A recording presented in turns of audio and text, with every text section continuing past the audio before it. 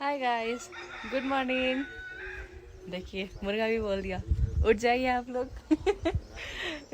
यहाँ तो अभी कितना 7 बजने वाला है। देखिए हम लोग फाइनली हम लोग नेपाल में आ चुके हैं। नेपाल में तो कल ही आ गए थे, शाम शाम को ही। तो नेपाल में अभी हम लोग किस जगह पे हैं, कोई दामन करके कोई एरिया है। हम लोग इस साइड से जा रहे हैं काठमांडू। तो देखिए रात में गाड़ी चलाने में प्रॉब्लम हो रहा था, तो अभी हम लोग रात में ही रुक गए थे एक जगह। तो अभी मॉर्निंग में देखिए वहाँ का कितना सुंदर लग रहा है व्यू। इधर देखिए, यहाँ से दिखाती हूँ। अरे बाप रे, इतना सुंदर सुंदर। क्या दिखाएं? हाँ यहाँ से। हाँ क्या, आती हूँ, रुको ना। मैं इतना जल्दी सो के उठते ही नहीं हूँ, लेकिन उठ गई हूँ सिर्फ देखने के लिए।